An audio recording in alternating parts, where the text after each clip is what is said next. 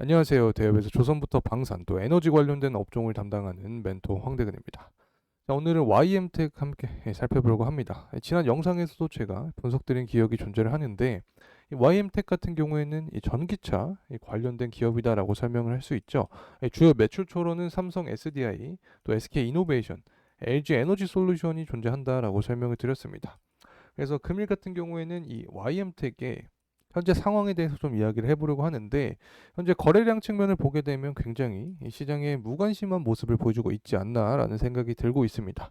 자, 이런 부분은 왜 그러냐 또 생각을 해보면 이 가장 기본적인 부분인 실적 부분 때문이다라고도 설명드릴 수 있을 것 같은데, 지난해 영업이익이 60억을 기록했습니다. 전년 대비해서 60%가량 하락한 모습인데, 이런 실적의 하락적인 측면 그리고 이 글로벌적인 정세 자체가 현재 이 경기 침체로 조금씩 다가오고 있죠. 자, 그렇기 때문에 이런 전반적인 요소 때문에 이 주가의 하방 모멘텀으로 작용하고 있지 않나 생각을 하고 있습니다. 그래서 금일 시간 같은 경우에는 우선 기업의 특징이 무엇이 있었는지 복기를 해보고, 이 경기가 회복돼야지 소비 심리가 부활하겠죠. 그에 관련돼서 전기차 업체들도 이 호황의 시기로 다가올 수 있고, 이 YM텍도 관련된 호재를 받을 수 있는데, 이런 부분 체크를 해보겠습니다. 그리고 마지막으로는 가격적인 부분이죠. 기술적인 분석을 통해서 진행을 해보겠습니다. 그리고 또 한 가지 말씀을 드리고 싶은 부분이 있는데, 바로 저희 대기업 정말 다양한 전문가들이 이 각각의 업종 분야에서 하루하루 종목들을 열심히 분석해 나오고 있으니까 많은 관심 부탁드립니다. 자, 이 부분은 제가 지난 시간에도 언급을 드렸기 때문에 좀 빠르게 지나가도록 하겠습니다. 자, 릴레이인데 이 YM텍이 릴레이 전문 기업이죠. 자, 그래서 이 전기부터 또 전자산업, 이 통전 회로를 제어할 목적으로 사용되는 이 스위치다. 자, 그리고 이 친환경 정책과 이 신재생 에너지 부분의 시장이 확대가 되기 때문에 이 릴레이 시장도 확대가 될 것이다라는 점 빠르게 설명드립니다. 자, 그리고 부분별 매출액 부분을 살펴보게 되면 결국에는 뭐 전기차다. 이 전기차 관련된 업체들과 함께 주가가 상승하는 모습을 보여준다. 자, 이렇게 요약하고 넘어가겠습니다.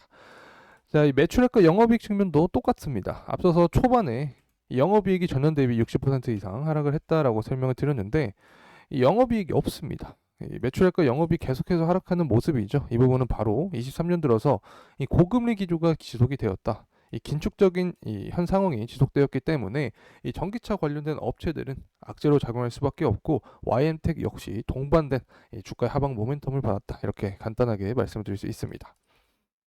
자, 그리고 전기차 시장 규모 자체가 계속해서 커지고 있다라고 설명을 드렸죠. 이 부분은 분명히 호재성 이슈로 작용을 합니다. 자, 그래서 올해 또 글로벌 전기차 판매량이 작년보다 20% 성장할 것이다라는 기사가 나오고 있는데, 자, 이런 이면적인 내용이 아니라 표면적인 내용만 보게 되면 호재성 이슈겠죠. 하지만 그 이면을 살펴보게 되면 21년 21년에 이 전기차 판매량이 60%였습니다. 자, 근데 24년에는 20% 전년 대비해서 20%가 성장하기 때문에 이 성장은 하긴 하지만 그 폭이 줄어든다. 자, 이렇게 볼 수 있겠죠. 자, 그래서 이러한 부분은 이 악재로 작용할 수 있는 부분이죠. 자, 그리고 이제 중국의 금리 인하 측면을 살펴봐야 되는데, 제가 앞서서 이 경기가 회복돼야 이 전기차 업체들에게 호재로 작용한다라고 설명을 드렸는데, 현재 경기가 회복되기 위해서는 먼저 이 중국 경제가 살아나야 됩니다.